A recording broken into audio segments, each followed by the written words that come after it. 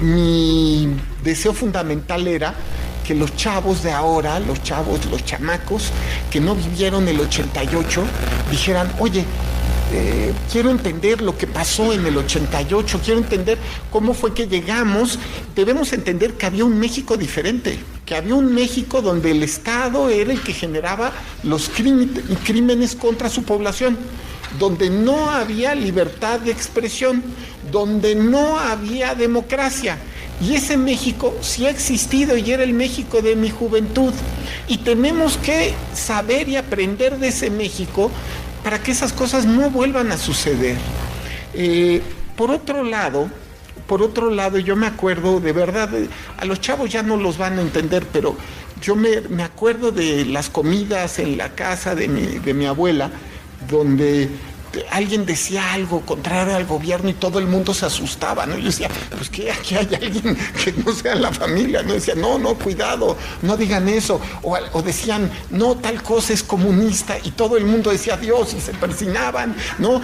A ver, eso era una cuestión, era otro México. Es que de verdad no lo podemos entender. Veníamos de 60, 70 años de proscripción del comunismo en México y de persecución de la izquierda. Es que, vamos, y la imaginé también como una novela coming of age, es decir, una novela al estilo de una serie que a mí me gustó mucho, también ya vieja, que se llama Los Años Maravillosos, The Wonder Years, un poco como tratando de recordar, ¿no? Un poco una narrativa de recuerdo, de atrás hacia adelante, donde una persona adulta va recordando su juventud.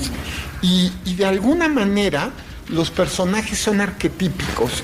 Está Ubalda, que es mi personaje favorito, yo lo he dicho varias veces, amo a Ubalda.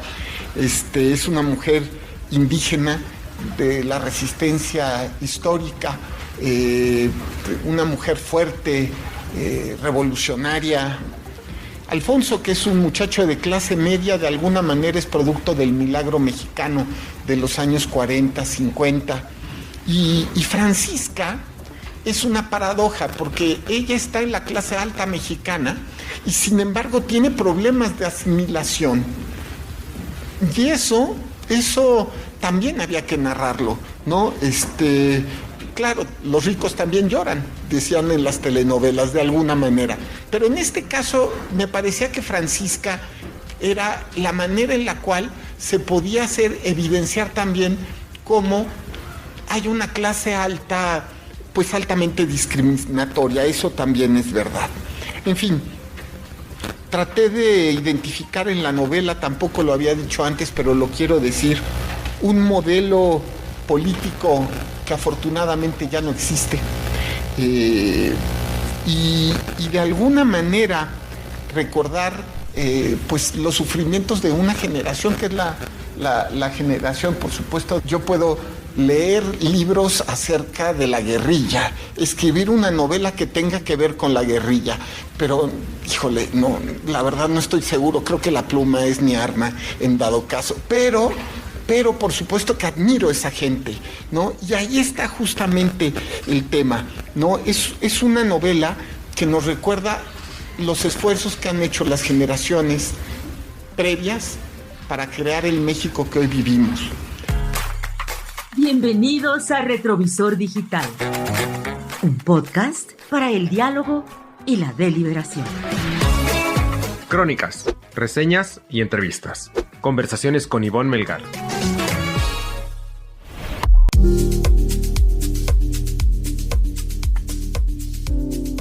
Estamos regresando a Retrovisor Digital después de un receso de muchas semanas, incluso meses, pero vamos a retomar nuestras conversaciones para entender en qué momento estamos viviendo en México, la recomposición, incluso muchos hablan del Estado mexicano.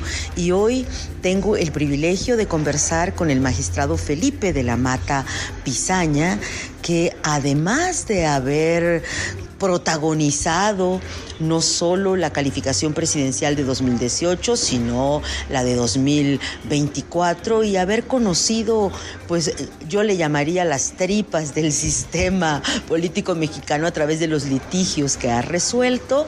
Ahora ha escrito el libro, la novela Las heridas.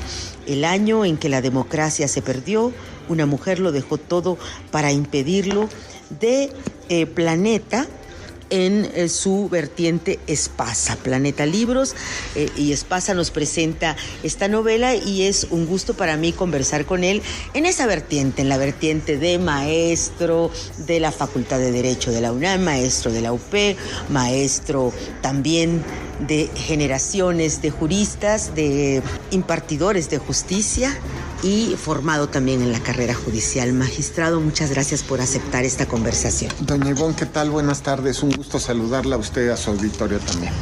Magistrado, qué alegría poder salir del confort de lo que todos le reconocen, que usted es un experto. Usted es el experto en impartir justicia electoral, justicia política, en preservar los derechos políticos de los ciudadanos que se consideran agraviados.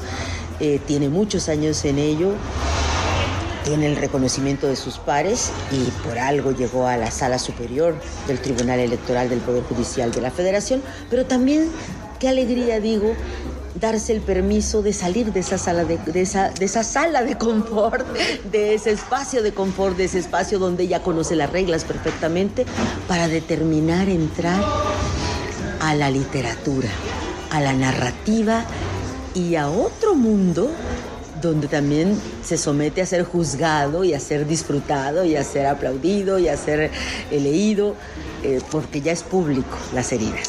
Así es, doña Ivonne. La verdad es que ha sido un reto para mí. Primero fue un reto para mí ponerme la obligación de ponerme a escribir. Obviamente escribí esta novela por una necesidad personal, una necesidad que se tiene pues de alguna manera en el corazón, de ponerse a escribir en torno a la sociedad que uno ve, en torno al mundo que nos ha tocado vivir, y eso es lo que yo pretendía.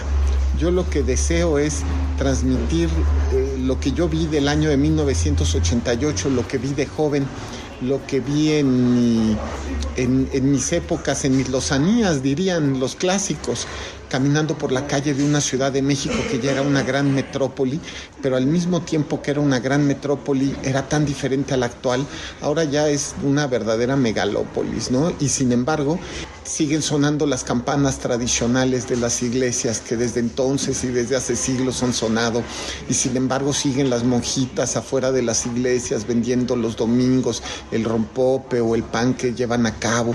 Sí, es una gran metrópoli que está cruzada por avenidas enormes, pero al mismo tiempo dentro de ella están los pueblos que eran pueblos en el siglo XIX, incluso externos a la Ciudad de México, que era el caso de Mixcoac. Entonces yo quería también en esta novela reflejar una sociedad que me tocó ver, vivir, y al mismo tiempo contar la historia de este año también desde una perspectiva política. Pero no es menor decir que es tan importante evidenciar a la sociedad como también evidenciar un México que ya no existe. Eso también me parece importante, ¿no? No se construye una sociedad democrática permitiendo las pulsiones autoritarias de quienes están en el poder. No se trascienden los crímenes del pasado, ignorándolos o repitiéndolos. Y precisamente por eso no son tiempos de olvidar y archivar el pasado, porque no queremos que se repita. Siguen siendo tiempos de esclarecer y sancionar y seguir hurgando, como lo hace Felipe en la novela. No son tiempos de perdón y olvido, siguen siendo tiempos de justicia y memoria. No son tiempos de celebrar lo mucho que México ha cambiado desde los momentos que Felipe de la Mata relata. Siguen siendo tiempos de reconocer cuánto falta por hacer. Siguen siendo tiempos de exigir que quienes nos gobiernan tengan un mínimo de decencia. No son tiempos de aplaudir que por lo menos hay más equidad, cuando eso entraña el sacrificio de los derechos políticos por los cuales luchaba Ubalda y a los cuales aspiraba Alfonso. Porque como ha descrito Gilberto Rincón Gallardo sobre quienes murieron aquella tarde del 2 de octubre de 1968, pero también podría decirse de los más de 180,000 muertos de este sexenio y los 112,000 desaparecidos, y seguimos la cuenta. Podían haberlos detenido, podían haberlos consignado, podían haberlos juzgado. Y ese sigue siendo el reto ante quienes participaron y siguen participando en actos de violencia y corrupción y encubrimiento estatal. Denunciarlos, detenerlos, juzgarlos, castigarlos, conforme a la ley, no conforme a las venganzas políticas. Hoy y siempre, para que el pasado no resucite con otros nombres, pero con las mismas prácticas. Todas las víctimas, las del 68, las de la Guerra Sucia, las de ayer en Guanajuato, las de hoy en Tila, merecen saber que las cosas van a cambiar y no solo reemplazando un sistema hegemónico por otro. Merecen saber que los torturadores y los represores y los desfalcadores forman parte del pasado. Merecen saber que son ciudadanos y ciudadanas y ciudadanes con derecho a obtener información sobre un Estado que los ha maltratado. La verdad misma entraña una forma de justicia, entraña la reparación de un mundo moral en el que las mentiras son mentiras, las verdades son verdades y el Estado no es impune. México nunca escapará de su pasado, pero por lo menos podríamos lograr una verdad compartida sobre él. Hay una sorpresa al empezar a leer esta novela, al entender que una persona que imparte la justicia política, electoral, también tiene el deseo de desentrañar y de contar, que entiende perfectamente que eso que parece técnico, que parece para los avesados, esas sentencias a veces complicadas de entender para el vulgo, para la ciudadanía en común, usted tiene conciencia de que eso está hecho de luchas ciudadanas y de luchas de resistencias culturales.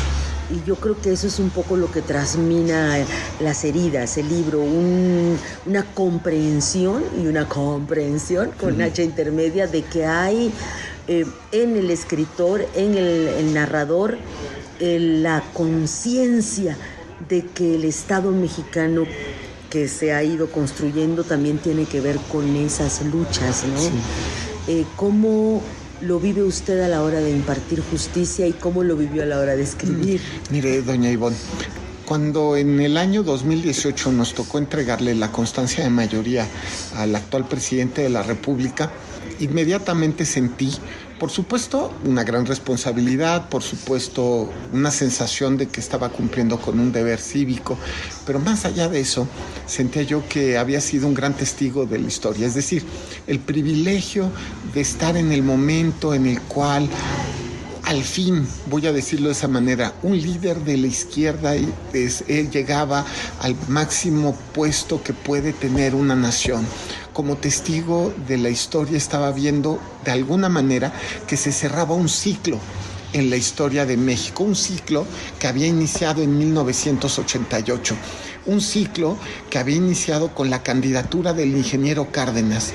Y entonces me acordaba yo cómo viví yo 1988, cómo salí yo también a protestar con tantas personas que no soportábamos lo que estaba sucediendo, cómo llenamos el Zócalo, cómo estuve en el Colegio Electoral de Cámara de Diputados como espectador y cómo el México de la época pensábamos que tenía que cambiar ese sistema de partido hegemónico, que exigíamos que cambiara. Y sabe, eso es lo que yo quería transmitir en mi novela, que la sociedad del momento, que de alguna manera había estado a gusto con un sistema de partido hegemónico, estaba cambiando, que en ese momento ya la gente no estaba a gusto con eso. Pero fíjese usted, doña Ivonne, también hay que decirlo, que eso es una sensación también, ¿cómo decirlo? Una sensación de partido hegemónico, pero al mismo tiempo esa sensación de la izquierda del momento no era una sensación de que tenía que hacerse el cambio a través de la guerrilla o de la guerra. En los años 60 y 70, el cambio no era democrático el que planteaba la izquierda. El Partido Comunista había estado proscrito hasta ese momento. Entonces, ahora era la izquierda, a través de una vertiente democrática, la que quería el cambio. Nos contaba hace poco la diputada Amalia García que ella estuvo en el colegio electoral de Cámara de Diputados en 1988 y estuvo en las manifestaciones en el Zócalo de la ciudad. Y doña Amalia García nos contaba también que en algún momento al ingeniero Cuauhtémoc Cárdenas se le plantea la posibilidad de que tuviera algún tipo de, vamos a decirlo, de toma del Palacio Nacional por parte de la gente que se encontraba ahí, y que el ingeniero dijo que no, que el movimiento era pacífico y democrático. Termina siendo una decisión del ingeniero Cárdenas que no se destruyan las puertas del Palacio Nacional, ni que tampoco la población o el que estaba participando en la manifestación tuviera algún tipo de enojo, digamos, físico en torno al movimiento, que se trataba de un movimiento pacífico. Bueno, esa decisión cambiará la historia de México, porque esa será la decisión que haga que la izquierda, después de 30 años, a través de vías democráticas, a través de 3 transiciones de partidos, a través de formas electorales y de reformas electorales, al fin, en 2018, llegara al poder por la vía democrática. Pacífica.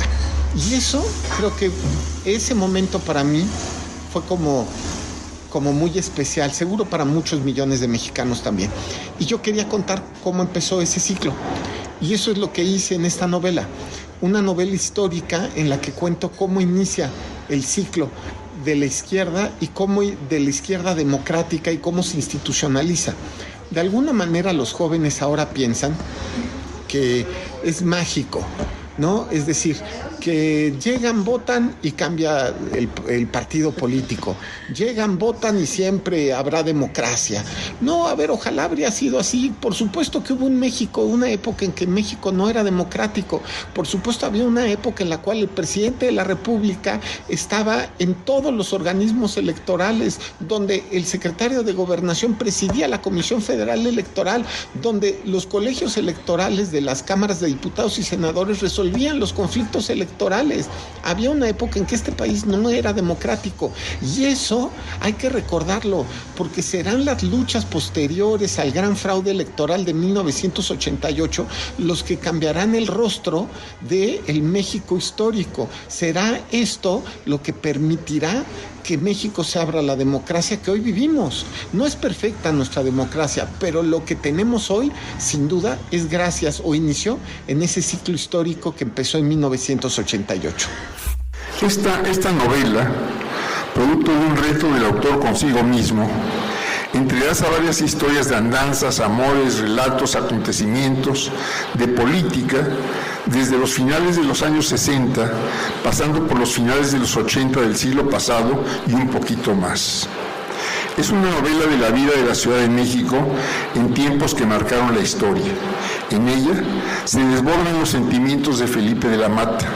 Yo me referiré a algunos acontecimientos en los que el autor me cita y que vale la pena recordarlos hoy. Pensemos que en momentos de irritación y euforia, como fueron los de aquellos días del 88, en alguna de las grandes concentraciones en el Zócalo, podía haberse incitado a la gente a lanzarse contra edificios o sitios simbólicos, como el Palacio Nacional en esta ciudad. Quien lo hubiera hecho habría cometido no solo un acto de inmensa irresponsabilidad, sino un verdadero crimen, pues se hubiera pagado un altísimo costo en sangre y represión, ya que sin un movimiento preparado y bien articulado en todo el país, con el que no se contaba y nunca se pretendió organizarlo, solo se hubiera logrado, además de una gran masacre, dar paso a un régimen más arbitrario y represivo del que se tuvo. Recuérdese el casi millar de asesinatos que empieza con los de Francisco Javier Obando y Román Gil Heraldez el 2 de julio de 88, que llegan hasta mediados del 97, todos aún impunes. Y se hubiera perdido la oportunidad de impulsar la organización política de la gente y los cambios en la vida político-electoral que desde entonces se han alcanzado. Hablando de esto y de temas que marcaron la historia nacional, la guerra sucia, la llamada guerra sucia, es parte de su novela, de Las heridas. ¿Y cómo considera que debemos tenerla en mente como un antecedente pues a proscribir por siempre, pero que de alguna manera pues también marcó, calificó y descalificó a aquel Estado mexicano pues que impedía la disidencia y que la sofocaba por la vía de la violencia, aun cuando hay que decirlo que también sus protagonistas, los protagonistas que fueron víctimas de esa violencia del Estado, habían optado por la violencia como vía para transformar al país. Era propio de los tiempos, cabe decirlo. Es decir, las guerrillas comunistas, no solo en México, sino en diversas partes de Latinoamérica y en otros lugares, habían optado por la opción armada para cambiar al mundo. Esa historia también había que contarla. Eran personas llenas de ideales, que creían en una mayor justicia, que querían un mundo mejor, solo que se habían ido por una vía que hoy día podríamos considerar que no era la adecuada. Pero que en aquel momento era la que había, porque también es verdad que el Estado mexicano no estaba abierto al cambio democrático. Entonces, quizá no había otro camino, y eso era lo que tenían que vivir los comunistas. Ahora, lo interesante del tema es cómo esta guerrilla es perseguida por el Estado mexicano, sus miembros son asesinados, son desaparecidos, como esto que fue llamado guerra sucia en nuestro país ni siquiera aparecía en los libros de historia. Así es.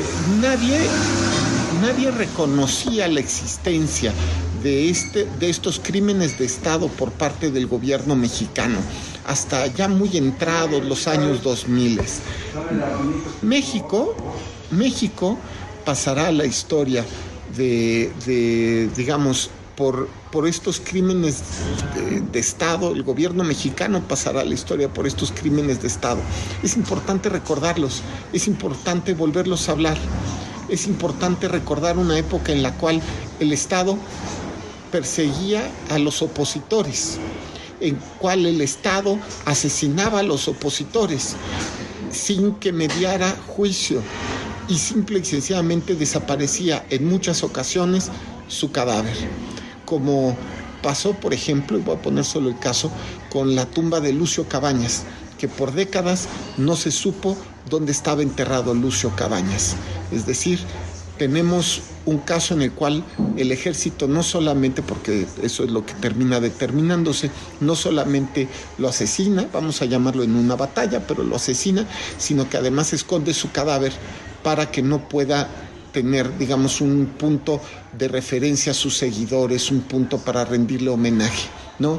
Ese era el nivel de la lucha armada de los años 70 en este país, que se ha ocultado. Por eso era importante contar algunas historias al respecto.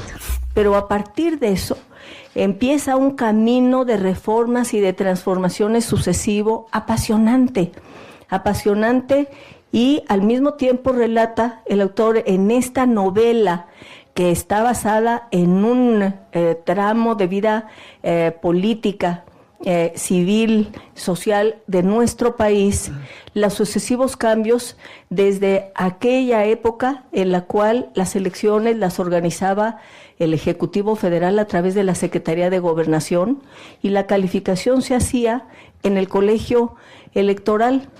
Él ha sido extraordinariamente minucioso y puntual porque junto a la novela también consultó documentos históricos. Hay una búsqueda de información precisa, incluso que me emocionó.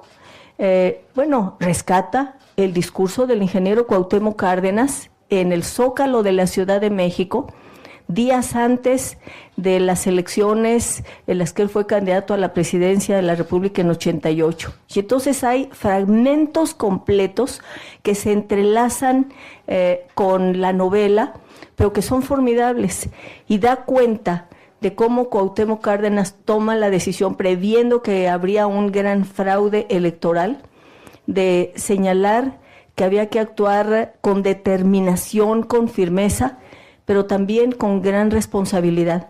Y relata la caída del sistema. Fue uno de los momentos más duros y dolorosos que yo recuerdo, porque no pudimos impedir una imposición que consideramos que era imposición después de la caída del sistema.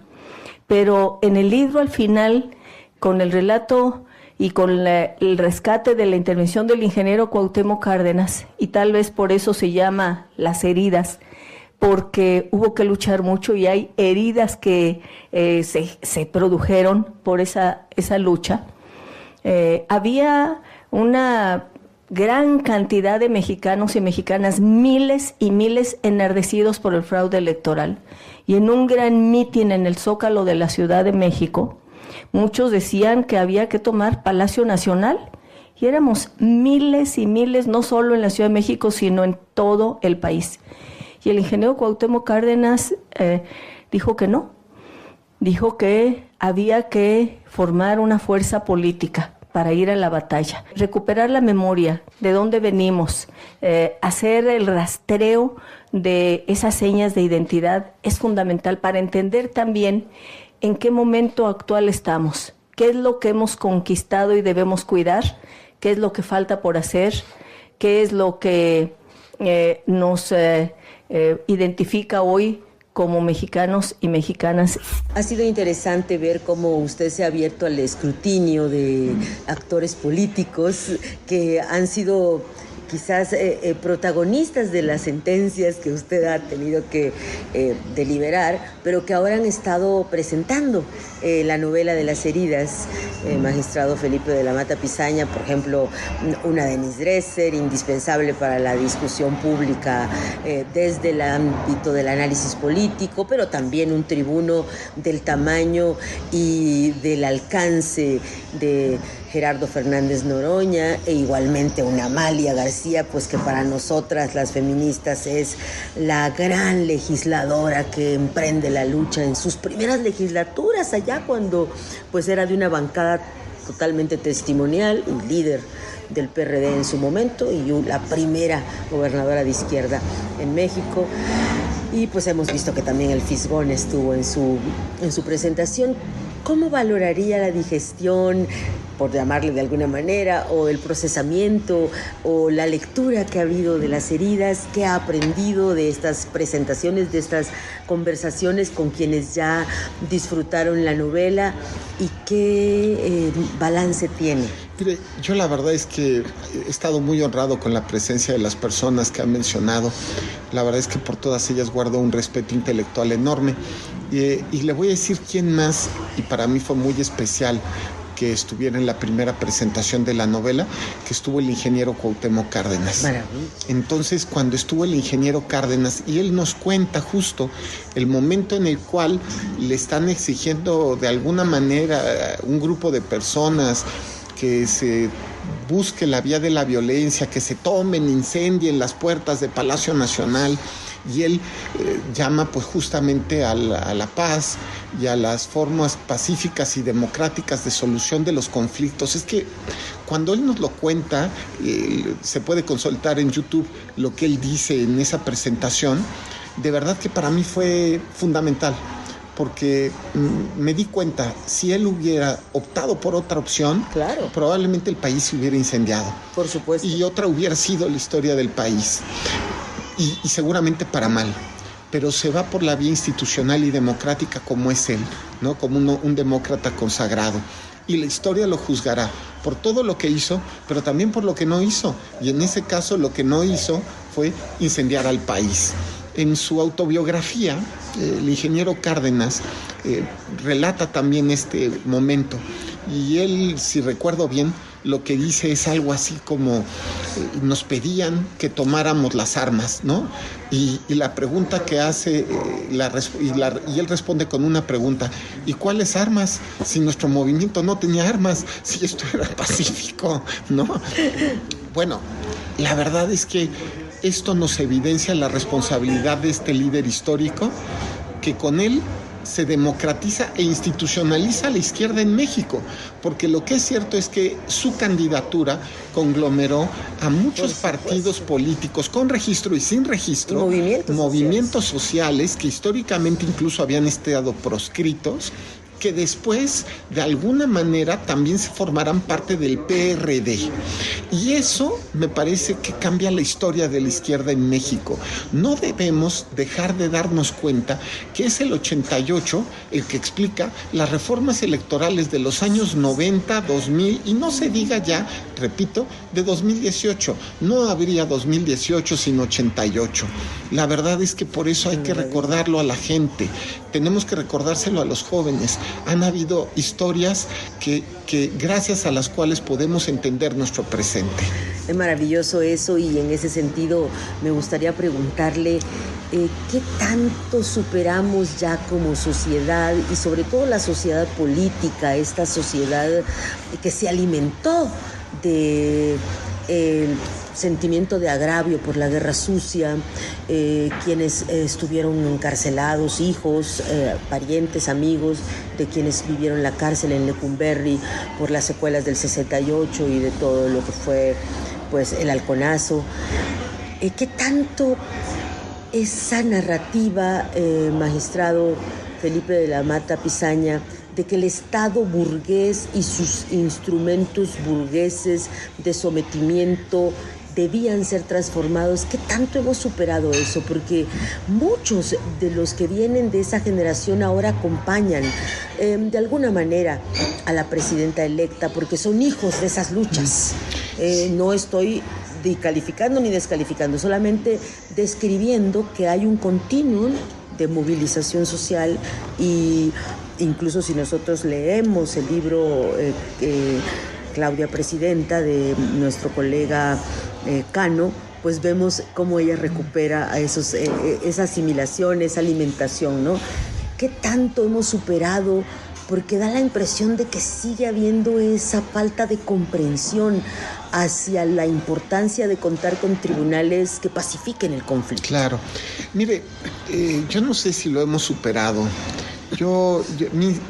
El arma que yo siempre he tenido es la pluma. Es decir, yo siempre, para lo que sirvo es para leer y para escribir. Y siempre he tenido como arma la pluma. Pero aún así, a pesar de que siempre he sido, digamos, una persona intelectual, yo no he dejado de indignarme, de conocer y darme cuenta de algunas partes de la historia de México. En la novela está una historia que es lamentablemente totalmente real, pero donde de verdad me causó una indignación enorme, donde debemos recordar que, bueno, el ejército en una batalla, por llamarlo de alguna manera, asesina a Lucio Cabañas.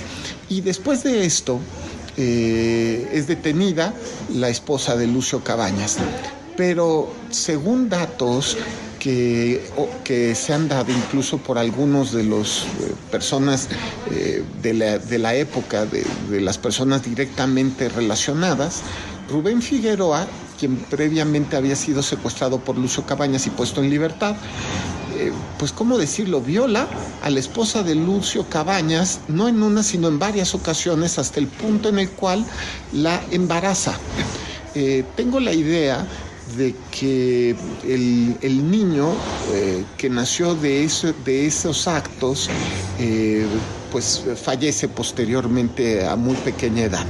Pero imagínese usted de lo que estamos hablando.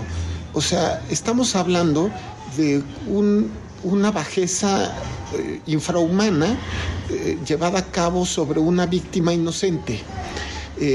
Yo creo que, como pongo en la novela, ese tipo de acciones no tienen ni perdón ni olvido.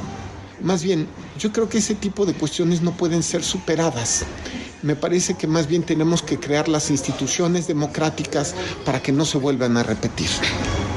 Y esa ha sido desde el 88, ese ha sido el camino de la izquierda democrática. En ese sentido, ¿usted qué diría de la necesidad de actualizar a nuestras instituciones, particularmente las que imparten justicia, y en este caso justicia política, de cara a esta evolución?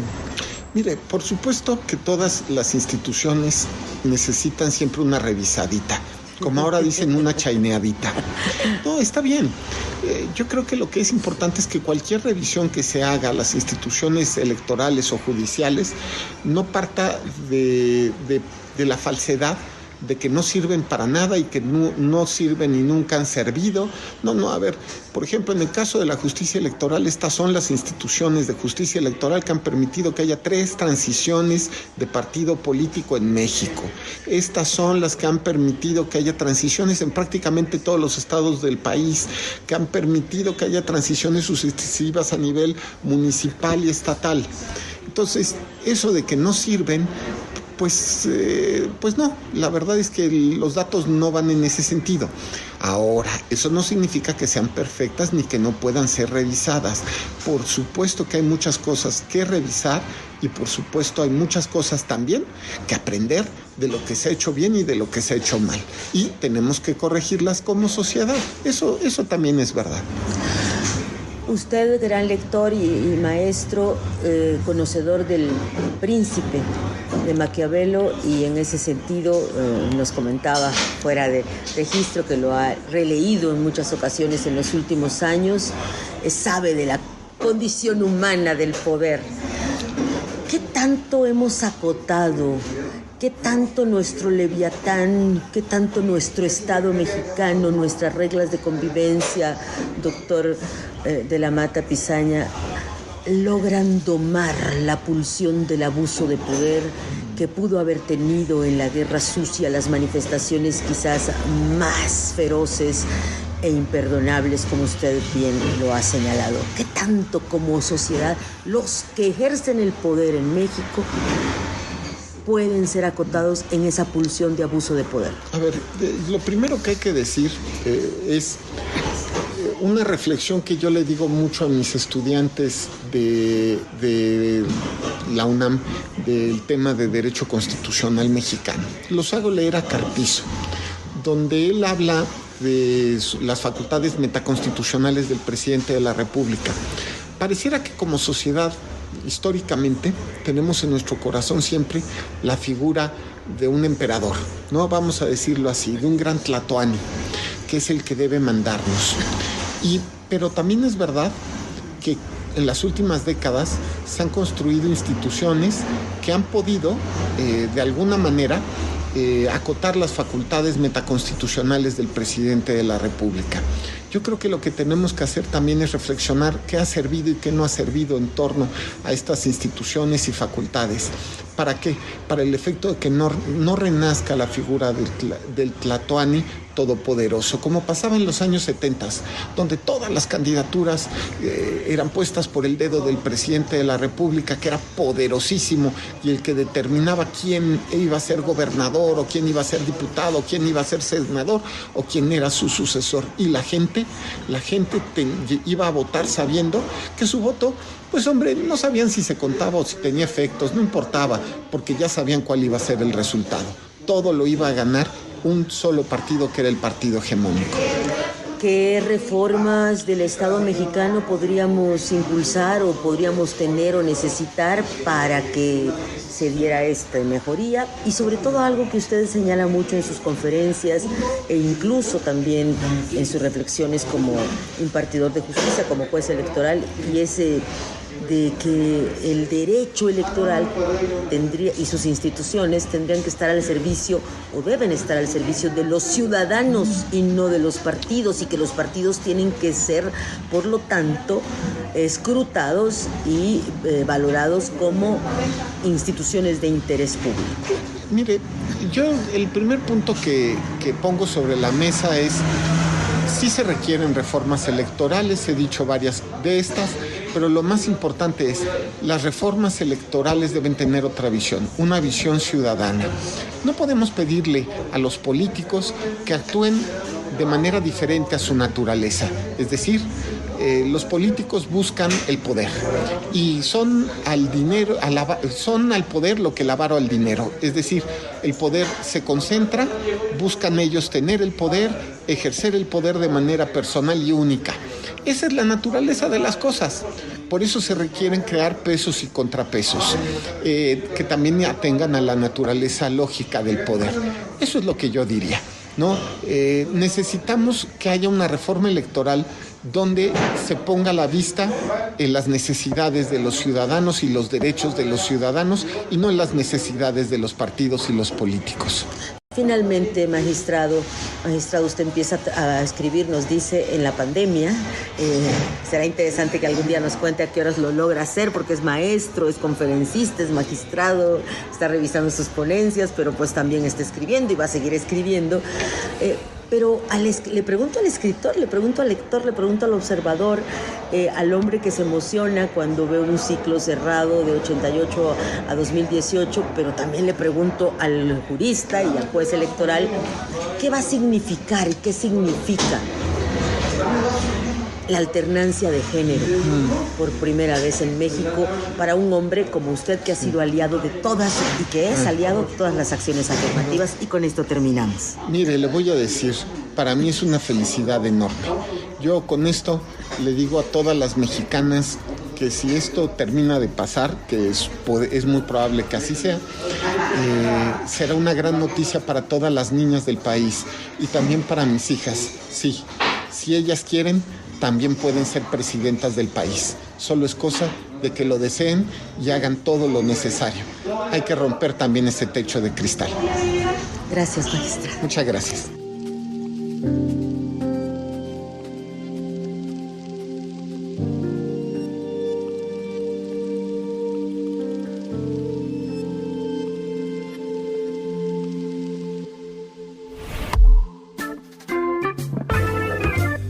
Esto fue Retrovisor Digital, un podcast con Ivonne Melgar.